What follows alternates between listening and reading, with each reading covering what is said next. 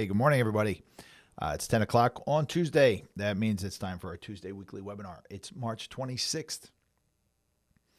I want to remind you that this is a live broadcast, and if you're on my email list, you're going to get a recording of this broadcast. Of course, you can also find it on YouTube when it's done.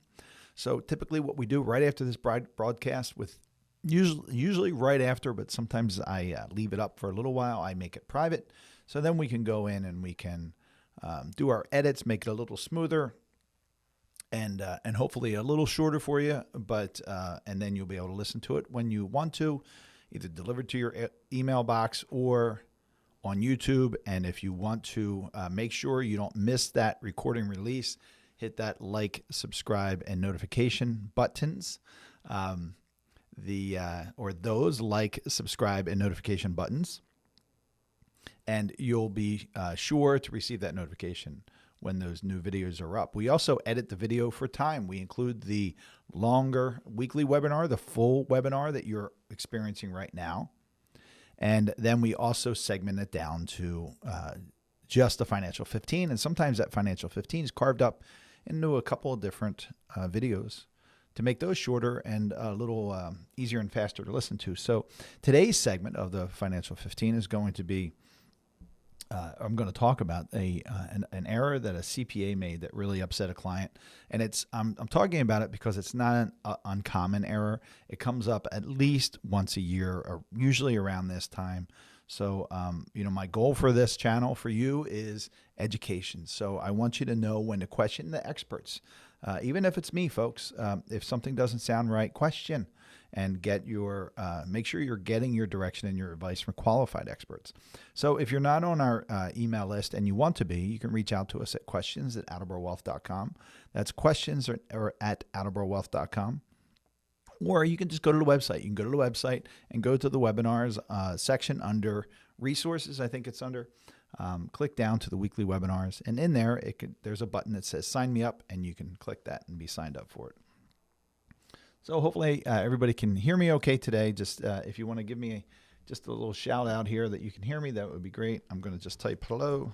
So I want to talk about the goals that I have for you. Remember, my goal for this broadcast every week and for the overall channel that people see on YouTube is really education, and I want to inspire you to make changes in what you're doing. So if you're stuck in the mud in the old tax deferred paradigm, saving your money in traditional 401ks, traditional IRAs, and not looking out for the potential tax rate risk that we have, I want you to open your mind about other concerns. We have market risk that everybody knows about, long-term care risk. That's if God forbid you need long-term care sometime in the future.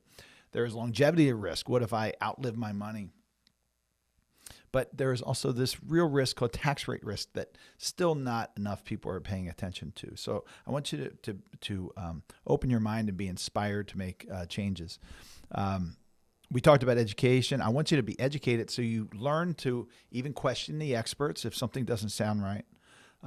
But so you feel confident in the plan and strategies that you're laying out. So that ongoing education on this channel and other channels is going to help you with that level of confidence, because you might develop a plan or a strategy, and then you kind of fall back into those old ways and those old, that old way of thinking, or maybe somebody comes into your life and says, oh, maybe you should have done it this way, or, like we talked about that one YouTuber who said everybody should take their Social Security at age 62, and you might hear something like that and say, oh, should I do that? But we want this education to build your confidence and to continue your confidence in your strategies and your plans.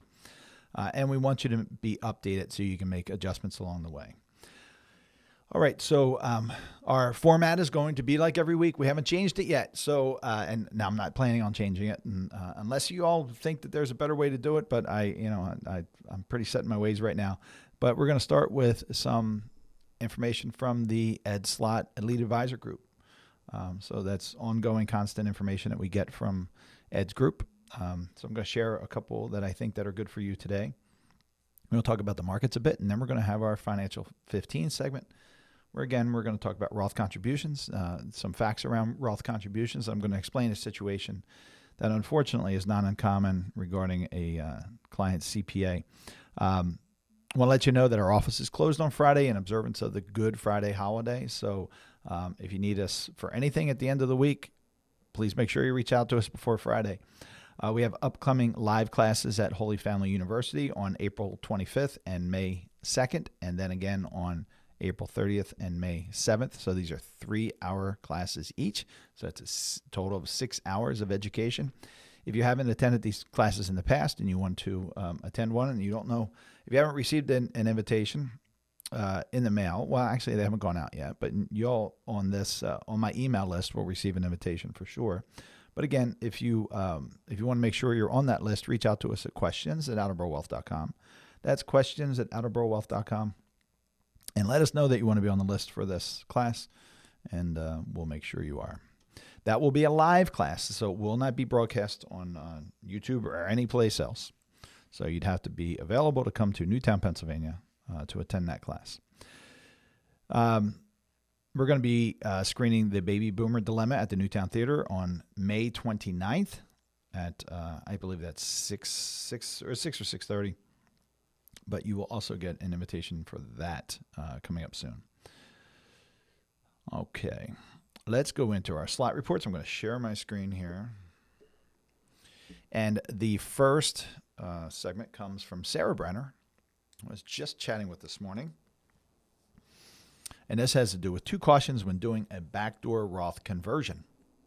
So you also hear this referred to as backdoor Roth contribution. That's typically what I call it. It seems like it really is a backdoor way of making a Roth contribution. Anybody can do a Roth conversion. There are some phase outs regarding Roth contributions. We're going to talk about those today.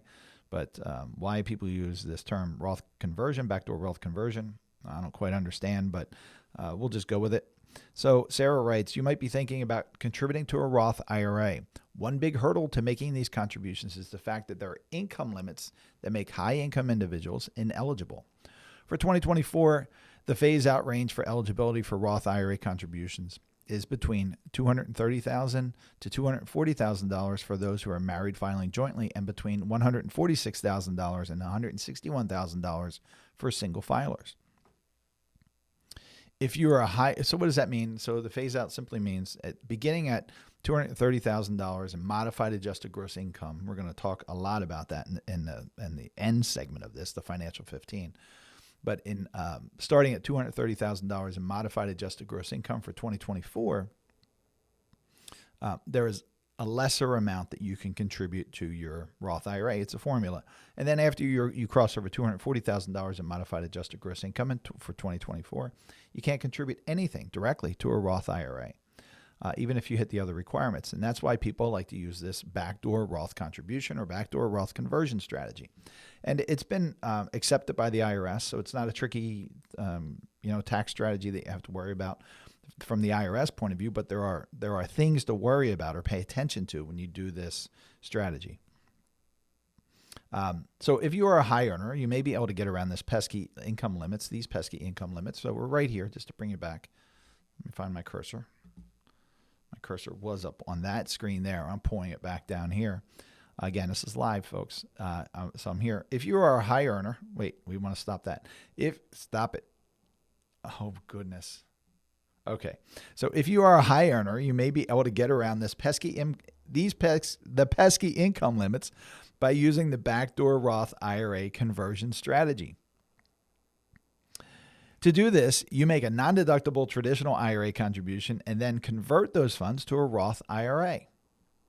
The strategy works because there are no income limits for traditional IRA contributions or Roth IRA conversions like there are for contributions made directly to a Roth IRA. Makes sense? When doing a backdoor Roth IRA conversion, here are 2 important cautions to keep in mind. You or your spouse must have earned income, such as wages or self-employment income. The backdoor Roth IRA conversion strategy starts with a non-deductible traditional IRA contribution. This contribution is subject to all normal IRA contribution rules.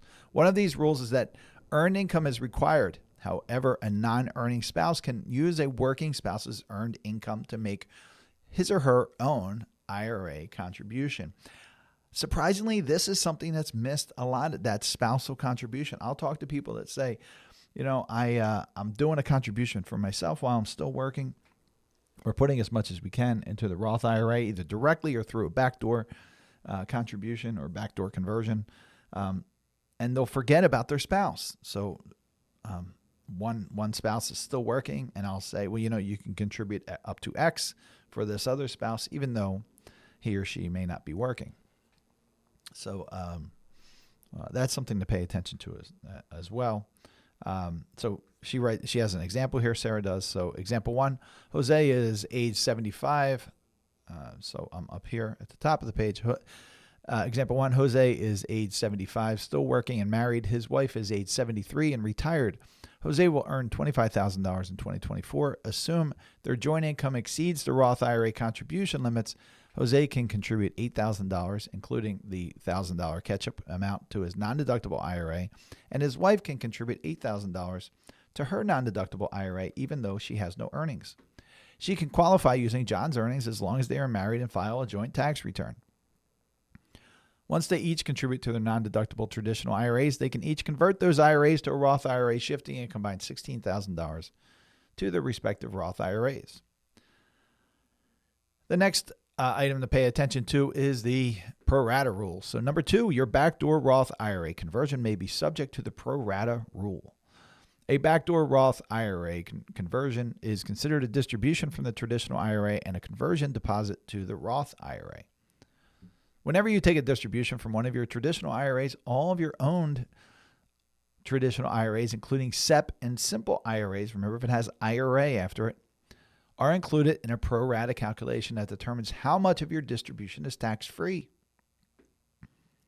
When any of your IRAs contain both non-deductible and deductible funds, then each dollar withdrawn from any IRA will contain a combination of tax-free and taxable funds based on the percentage of after-tax funds to the entire balance in all your IRAs. Folks, this is really confusing. I understand that when you do these backdoor Roth conversions or backdoor Roth contributions. In the example of the $8,000, you don't want that to sit in there long and earn any interest. So if you're able to do that, you put it into your non-deductible. Remember, you're not taking a tax deduction for this IRA contribution, so it's you don't get that deduction. So it's an after-tax contribution. You move that $8,000 directly over to a Roth IRA via conversion, and it's that if there is that direct flow. Then there's no tax on that transfer, right? That conversion, but because the $8,000 is already after-tax money. Now, if it was pre-tax money, of course there would be tax owed on that conversion, and that's where the difference is. Now, the IRS says, well, wait a minute. If you already have $100,000, for example, in an IRA, and you contribute $8,000, even though that's pre-tax. After tax, even though that $8,000 is after tax, you have pre-tax money in the IRA. So you can't just cherry pick the $8,000 and move it over to the Roth IRA. That you have to do a pro rata calculation, and some of that $8,000 will transfer tax-free, convert tax-free to the Roth, but there's going to be a portion of that $8,000, it's going to be taxable because the IRS is going to include a calculation that includes the $100,000 that's in your IRA in this example. So I know it's confusing. I will admittedly tell you that this is a rule that took me a while to really lock in my brain and understand how it worked. But that was some time ago. So here's an example. Grace, age 37, is single, and her income is too high for her to contribute directly to a Roth IRA for 2024. She decides to use the backdoor Roth IRA conversion strategy. She makes a non-deductible contribution of $7,000 to a traditional IRA and then converts the funds to a Roth IRA. Grace also has a simple IRA from her previous employer. Grace's backdoor Roth IRA conversion will be partially taxable because the pro rata rule will apply. So that is the breakdown of the backdoor Roth IRA for today. I do have a video about this. I will list it here. And I will put it in, we'll make sure we get it in comments, or not comments, but the description on this video so that you can go to the backdoor wealth contribution video that I had done in the past. All right, so this mailbag, the Slott mailbag is from Andy Ives wrote this, and these are letters that are written into the Slott group, and I think they're interesting for you. And this is that remind part of this education, just to keep things on top of mind to think of for yourself or even people around you. And if you say, well, okay, well that triggers a question that I've heard before on these webinars that I attend, these educational webinars. Maybe reach out to Mark and his group or some other qualified financial planner to get an answer to that question. So here's the question today. I know you can delay taking your first required minimum distribution until April 1st of the year after you turn age 73. If you convert your entire IRA into a Roth before that date, but after you turn 73, do you still have to take your first RMD distribution? Or is no distribution required as the entire IRA is converted prior to April 1st of the following year? Remember, for the IRA owner, there is no required minimum distributions for Roth IRA. So this person is saying, well, if I convert my entire my entire traditional IRA to a Roth IRA prior to my required beginning date, which is April 1st of the year following the year you turn 73, haven't I just gamed the system and now there's no longer an RMD required? Well, I am sorry, Tom, but the answer, Tom, is once you hit January 1st of the year you turn age 73, there is no avoiding the RMD. Converting the entire IRA prior to turning 73 that same year or even before April 1st of the year after you turn age 73 does not help. The RMD will need to be taken prior to any conversion. If the RMD is erroneously converted, it will be an excess contribution in the Roth and will need to be removed. So how could you avoid that? Well, you make sure that your IRA is fully converted before the year you turn age 73. So if Tom turned age 73 in this year, 2024, and his conversions were done by the end of the year in 2023, then his year-end value for 2023 in his traditional IRAs would be zero. So that is one of the hurdles that we look at when we're scheduling Roth IRA conversions. Is we like to get them done, if possible, prior to the required minimum distribution triggering age. Yeah, that's been a moving target over the past few years because that age has changed. But that is certainly one of the hurdles. Now, I'll remind you that not everybody has to convert 100% of their traditional IRA. It is different for everybody. You may be able to have a tax-free distribution from your traditional IRA for your required minimum distributions using the offset of your standard deduction, but that calculation is different for everybody. If you want to review that calculation for you, again, you can reach out to us at questions@attleborowealth.com. That's questions@attleborowealth.com to be able to schedule time for a strategy session or consultation. And that's usually a 15-minute call. And if it makes sense, we would talk again. Here's the next question. So I have a question about an inherited traditional IRA. So let me go back to the last one for a second because I just had this conversation with someone last week. This same exact question came up about how to avoid the RMDs altogether and the timeline for when the Roth conversions would have to be done. So it was timely. And I always get questions about inherited traditional IRAs. So this question is good for y'all too. I have a question about an inherited traditional IRA. The definition of an eligible designated beneficiary includes any individual who is not more than 10 years younger than the IRA owner. That's one of the ones that I always have to process just a little bit, and you'll see why in a second. This person writes, what about a person who is older than the original owner? Is such a person an eligible designated beneficiary? Why does it matter? Because an eligible designated beneficiary can still do a stretch of the IRA. You are correct that one of the ways to qualify as an eligible designated beneficiary is to be not more than 10 years younger than the IRA owner. This also includes anyone who is older than the IRA owner. Consider it this way. Subtract 10 years from your age. Anyone in the world who is that age or older qualifies as an EDB on your IRA. And I keep this in my notes. It's not a relatively new. It's it's relatively new in the sense of tax code, but it's been a few years now. But there are 5 classes of eligible designated beneficiaries. They include surviving spouses, minor children of the account owner, disabled individuals that meet the strict requirements of being disabled under the Social Security Administration. The chronically ill and beneficiaries not more than 10 years younger than the IRA owner. So I keep this readily available in my notes because I need to remind myself of these things. Okay, so that is the Slott Report. Question Paul asked, but if Tom converts, he is paying income tax, which is the same as RMD distribution, is it not? Yes, Paul, that's true. But you calculate the Roth conversions are done on your own calculation. The idea is you're avoiding the forced calculation on an ongoing basis, kind of forever. Well, definitely forever from the IRS. But good question. Yeah, anytime you do a Roth conversion, you're doing you're paying tax on it. There's really no way to avoid that. But like I said, not everybody has to convert 100% of their IRAs.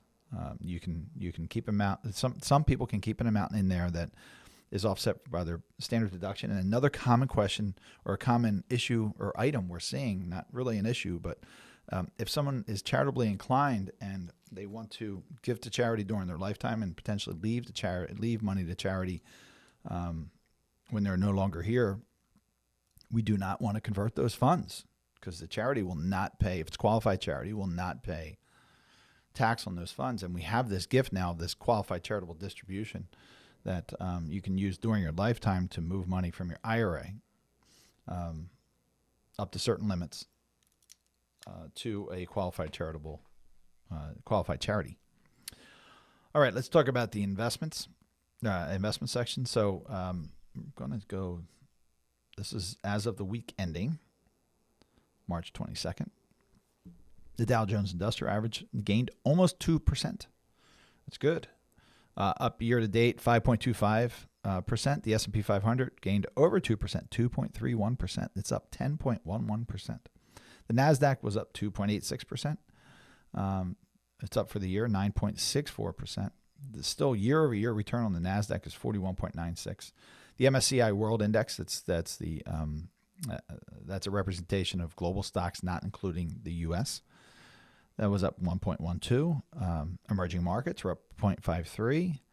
Europe, Asia, and the Far East was up 1.24. Still up for the year.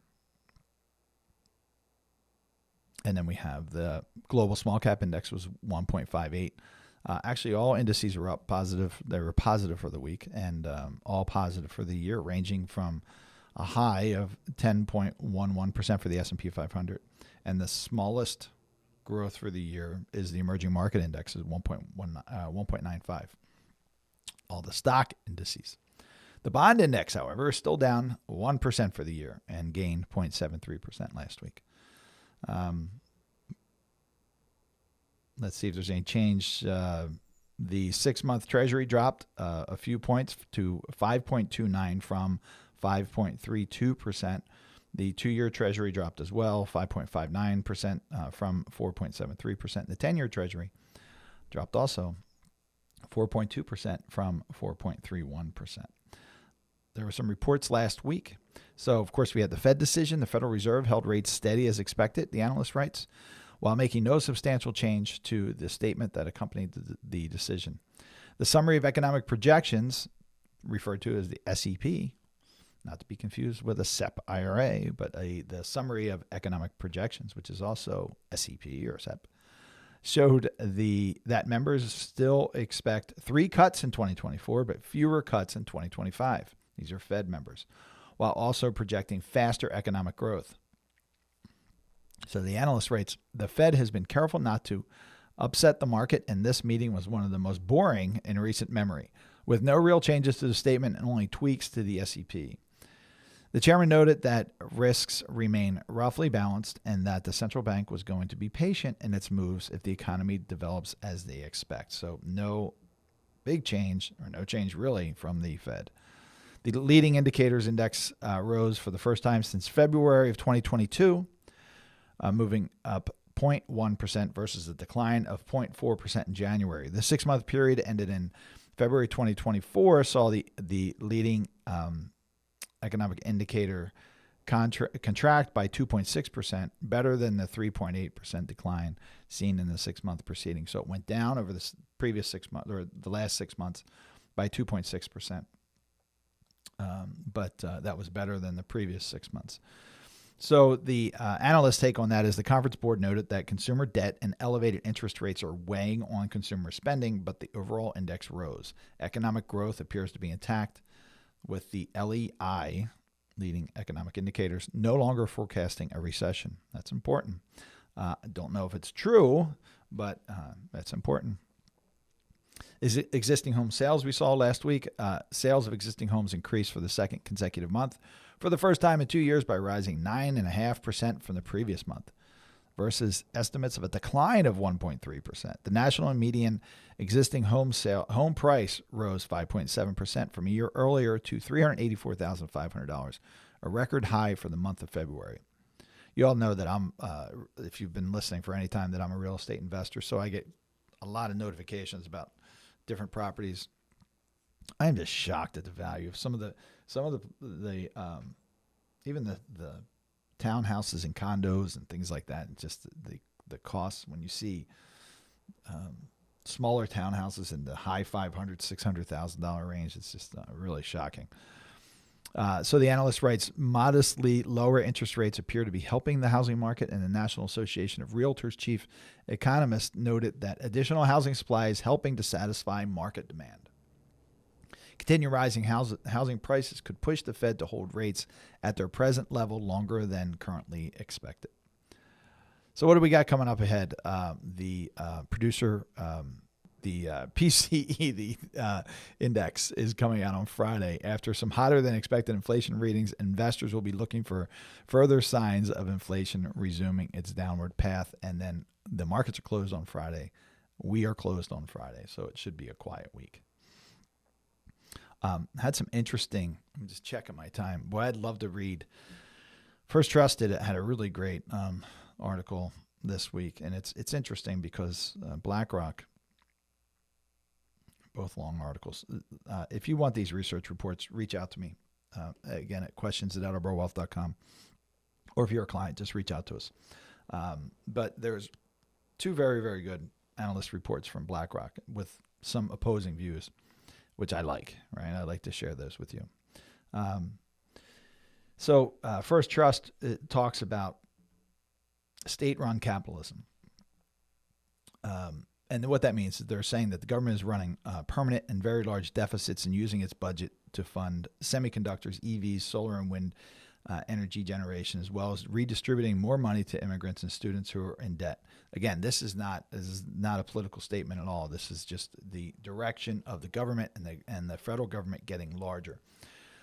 So that state-run capitalism. At the same time, because the Fed is now using an abundant reserve monetary policy, it has taken the financial system out of the process of determining short-term interest rates.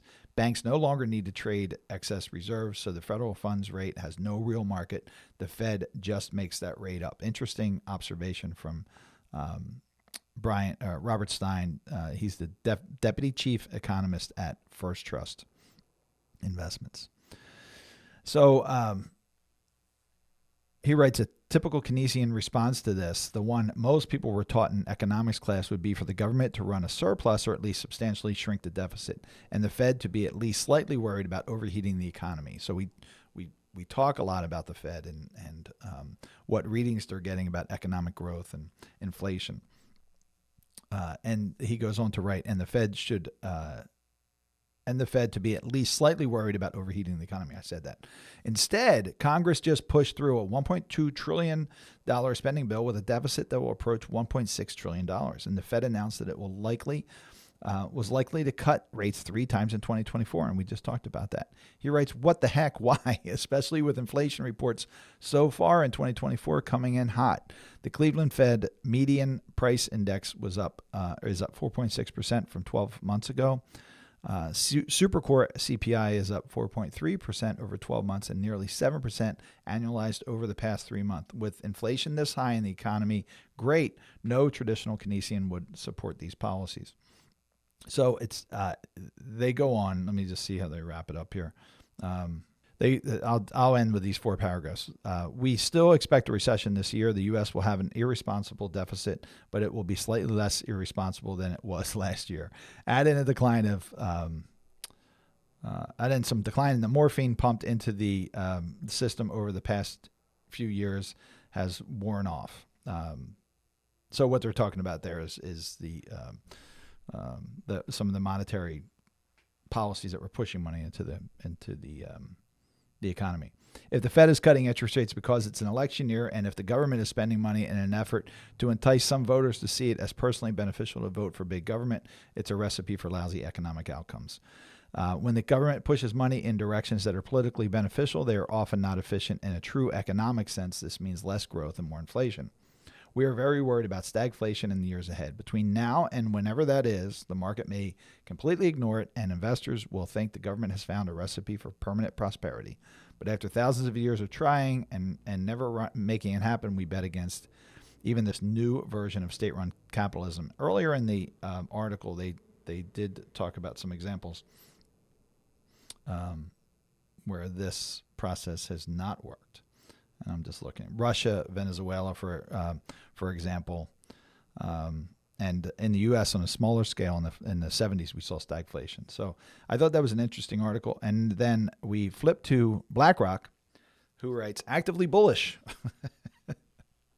So they're thinking the opposite. What's next for stocks after a strong start to 2024? While a near-term pullback wouldn't be surprising, we see fuel for the positive momentum to continue throughout the year, but with selection growing more important. And of course, an active money manager would say that, right? Selection is very, very important. They're expecting a relatively mild mid-election season. Stock-specific ways to, and they're seeing growing opportunity set for AI investment. So, and that's not a recommendation to buy, sell, or hold any particular investment. And let me see if I can just let me talk a little bit about their election year reflections as they write it for equity markets. That's stock markets. So they write. For equity markets, and that's stock markets, election years traditionally start slow and volatile and improve with greater certainty. That is, once candidates are nominated in the summer and after Election Day, as shown, there's a chart. The outcome of the election historically has done little to change this pattern, suggesting that clarity is more important than parties or politics when it comes to the broad market. So we talked about that before because we know who the candidates are and we know policies. So this was talked about in an analyst report last week or maybe the week before, but no surprises here because we know both candidates' policies, whomever ends up in the White House. So that's usually the concern of Wall Street is, oh my gosh, what are the policies going to be? And BlackRock goes on to talk about it, and they title this section "Company Chatter or Lack Thereof." While many have dubbed this the most consequential election in decades, that sentiment is not necessarily showing up in company rhetoric. So far, we see the lowest percentage of firms discussing the election versus any of the past 3 cycles, with less than 10% of companies citing election in their fourth quarter earnings calls. Mentions typically pick up as the year goes on, but this is the lowest starting point in recent history. One reason may be that the likely candidates, the current president and a former president, are well-known entities, blunting the uncertainty factor, as I just discussed. So, but again, if you want copies of those reports, I'm happy to share them with you. As long as they don't say for financial use only or financial professionals only, I'm happy to share them with you. Okay, we are going to move on now to our Financial 15 segment. So this is our Financial 15 segment. This is at the end of our weekly webinar. So if you want to go back and watch our weekly webinar, you can go to our website and and watch that. You can find it at utterborewealth.com. That's utterborewealth.com, or on our YouTube channel. And if you haven't already, you can hit the subscribe, like, and notification buttons to make sure that you never miss a video. So this topic today has to do with an error that a CPA made for a client that really caused a lot of concern for this client. And I'm bringing it up because it happens often, unfortunately. So there was this error made by this CPA, and it causes a concern for a client. And the reason I'm bringing it to you is because, like I said, it happens way too often. So let me set it up for you. So it was Friday, just past Friday afternoon. Long week, a lot of hours put in last week as what's norm, and I was looking forward to the end of the day. My wife and I were planning on going out and having a little dinner, a little happy hour drink, and I don't know what I was waiting for, but we're still at home, and I saw an email on my cell phone that came in from a client saying, what do I do about my Roth contributions? See the email below from my accountant. And the accountant's email said, you did an excess contribution to your Roth IRA. You made too much money. It has to be corrected. There's potential penalties. You've got to correct it by April 15th. So the client is asking us, well, wait a minute. I do these contributions every month. We've already made contributions for this year. Do we have to undo all of these? And there are corrections if you have an excess contribution situation. But I'm reading this and I'm thinking, oh, well, I think I know what's going on. I think this CPA is calculating the modified adjusted gross income calculation incorrectly. And I know that the client is concerned. I know this client, and I know that the client, this is going to bother her for the weekend. And I don't want that on this erroneous information, but I just want to make sure that that what I'm thinking is correct. And thankfully, the email included the client's tax return. So I said to my wife, I said, can I just have a few minutes? I want to look at something. So I went back into my home office and I opened up the email. It's password protected, so I had to go through the work to open up the tax return. And as I scanned the tax return, I immediately saw the issue. And I had to look at some of our notes, our notes from our firm about the Roth conversion that we did for this client, and it was all about the Roth conversion. And that took a little bit of time just to shore up the numbers because I wanted to be able to make sure that I was giving good information to the client. So I set my mind right and comfortable that it was, in fact, an error by the accountant. And I came back out and I said, okay, to my wife, I said, okay, let's go. I just want to make a phone call on the way. And I called my client. And I was able to reach her, and I said, "Listen, I don't want you to worry about it. I think the accountant is incorrect. I'm going to spend some time on this. Later in the weekend, I'll get something out to everybody, including the accountant, by the end of the weekend." So Sunday night, I sat down and I went through and I sent an email clarifying it. And thankfully, the accountant wrote back and said, in a short period of time, you're absolutely right. I calculated it wrong. So let me explain what was wrong. So let's talk about modified adjusted gross income. Well, let me start here. So we're talking about this section here, which is phase outs. So I'm just moving my keyboard out of the way so I can pull this whiteboard down. We're talking about these phase-out limits for contributions. And here's where we're talking about 2023, because this is last year's. You can make Roth contributions up till the filing deadline for the previous year, right? But this client had been making Roth contributions throughout the year. So married filing joint, in this case, married client, and the phase-outs are $218,000 of modified adjusted gross income. So I explained this during the weekly webinar section of this broadcast, but modified adjusted gross income, or the phase-out, what that means is once you hit $218,000 in modified adjusted gross income, there's a formula and it starts chipping away at the amount that you can contribute to your Roth IRA. And then once you cross over $228,000 in modified adjusted gross income, then you can't contribute anything to a Roth IRA. So this accountant said, you contributed too much. You've got to make a correction to that. And if you don't, it's an excess contribution. There's penalties involved. So we had, like many of our clients, we're on a strategy of Roth conversions for this client. And we work really, if you're a client of ours, I think you'll agree that we work really hard to make sure that these are as tight as possible so we're not triggering issues. Like, no, we know that this person makes Roth contributions, and we know we don't want to create an issue that will affect that. Although you really can't in this case, and we'll see that.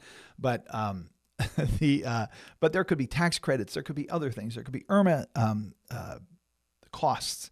So we work really closely with these numbers and really diligently. So, like I said, I went through and looked at our notes, but let me back up. So these are modified adjusted gross income numbers. So it's important to know what modified adjusted gross income is.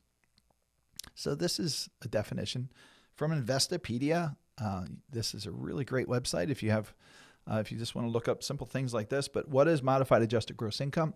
Modified adjusted gross income is an individual's adjusted gross income, or AGI, after taking into account certain allowable deductions and tax penalties. Modified adjusted gross income is an important number to understand since it is used in several different tax concepts. One of the issues with modified adjusted gross income is that it's not listed anywhere on your tax return. You take your adjusted gross income and you add back in certain items, and the add back ins can be dependent on what you're adding it back in for. So there are some calculations to be done, and one of the things I said to this accountant on Sunday when I wrote back to him is, I broke it down and I said, are there significant additions to AGI to increase modified adjusted gross income? Because adjusted gross income and then additions back in get you to modified adjusted gross income. So I wrote, are there significant additions to adjusted gross income to increase modified adjusted gross income that I am not seeing that have made these folks ineligible for a Roth contribution? Of course, he wrote back and said, I got it wrong. Everything's okay. But it created some concern. So this definition goes on to say the Internal Revenue Service uses modified adjusted gross income to establish whether you qualify for certain tax benefits. Maggie, let's just call it Maggie, notably determines whether your income does not exceed the level that qualifies you to contribute to a Roth individual retirement account. That's what he's talking about here. Whether you can deduct your traditional IRA contributions if you or your spouse have retirement plans, such as 401ks at work. Whether you're eligible for the premium tax credit, which lowers your health insurance costs if you buy a plan through a state or federal health insurance marketplace. And a big one here that is not listed in here is IRMA. That is your income-related monthly adjustment amount after you start receiving Medicare benefits. And I have a video about IRMA. So I'm going to link that video in our description. I'm just writing that down so we don't miss it. But that is what modified adjusted gross income is. So again, these numbers I shared with you down here, these phase outs are based on modified adjusted gross income. So this person was showing on their tax return an adjusted gross income that is line 11 on their tax return for 2023 of $236,922. So on the surface, you might say, well, Mark, this accountant is absolutely right. These people made too much money by the IRS's definition to contribute to a Roth IRA. On the surface, that's correct. The issue is that Roth conversions are excluded from the modified adjusted gross income calculations for Roth contributions. Now, I know that's complicated, and I know that is it may not make sense for you. It makes sense to me, but the issue is that not enough CPAs know about this or pick up on it, and this one didn't. So I went back through and I did a calculation because I knew they had required minimum distribution from an inherited IRA. That would apply to the modified adjusted gross income. And then I saw exactly the conversion amount that we did for them in 2023. That doesn't apply for modified adjusted gross income. So I give credit to the CPA because at least he stood up and he said, and it was fast on a Sunday. Actually, it was a Sunday morning, not a Sunday evening, but it was on a Sunday morning. He wrote back. I was shocked within probably a half an hour saying, you know what, I got it wrong. A year ago, I was having a conversation with somebody and this CPA doubled down and he said something like, because I had somebody write into me and say, my CPA is telling me that I can't make a Roth contribution because with my Roth conversion, it takes my modified adjusted gross income up too much. And I said, there's an exclusion for that. Tell the CPA there's an exclusion for that. And the CPA doubled down and came back something like, there's nothing I can point to in the tax code that shows that there's an exclusion for Roth conversions in the calculation of modified adjusted gross income for Roth contributions.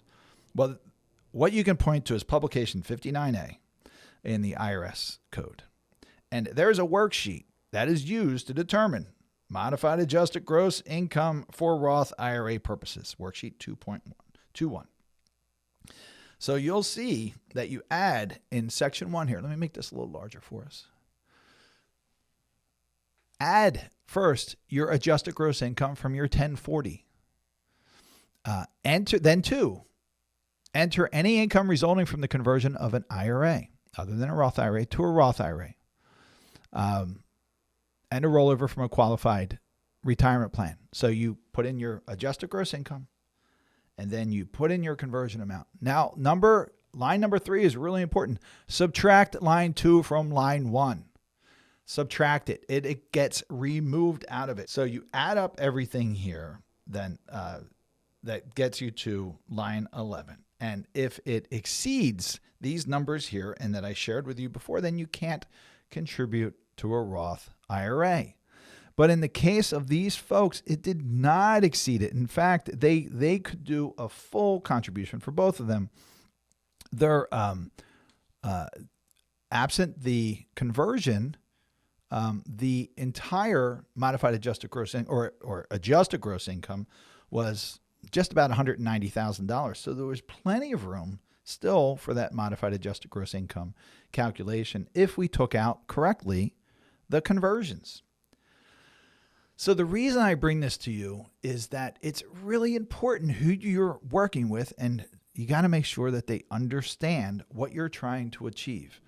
I'm sure that this person is a very, very good CPA. You know, I've been not working with him, but talking to him regarding this client for years. I think he's probably very, very good at what he does. But and I give him credit for stepping up and saying, you know what, I got it wrong. Everybody can make a mistake. When I talked to the client about it, we had some discussions about it. I said, listen, as long as he's coachable about these things, it's fine. I spend time every year coaching CPAs about these issues, and I'm fine to do that. As long as they're coachable. When you have CPAs like the one last year who just doubled down and said, I can't point to anything in the tax code that allows for an exclusion of a Roth conversion for calculation of modified adjusted gross income for Roth contribution, well, it's time for a new CPA because we can point to it. Listen, it's not uncommon. I had a conversation with a CPA, and I'm not putting down CPAs here. But I had a conversation with a CPA a few weeks ago who told me about this intriguing conversation he had with a colleague about whether someone had to take RMDs from a inherited IRA or not. Well, you folks who have been listening to this on a regular basis know that the rules are very clear about who has to take RMDs from inherited IRAs and who doesn't during that 10-year period. That is the rule now. So, you know, it's these areas that we work on: tax efficient planning, Roth conversions, distributions from IRAs, distributions from inherited IRAs. All of the things that we focus on are very, very specialized. And if you get what you think may be questionable or bad advice, question it. Hopefully the education that we offer through these webinars, through talking about things like this, through sharing experiences that we run into, help you build up kind of that knowledge base so that you can question it. I'm not expecting you to be able to do this yourself. Some of you might be able to. I'll tell you that it is not uncommon that people attend classes, attend webinars. This just happened again last week, and they said, we've been listening to you for several years. We tried to do this ourselves. It's just overwhelming. Maybe you get an IRS letter, or you trigger something that you didn't expect to trigger, or you think you can't make a Roth contribution because of a Roth conversion amounts, things like that. So just let an expert help you, but make sure that they're the right expert, or at least they know where to go to get the guidance, or at least they're coachable. But I hope that was helpful. I hope this Financial 15 segment was helpful. If you've been on here since the beginning with the weekly webinar, I hope you enjoyed that as well. And I look forward to seeing you all next week. Have a great week and take care.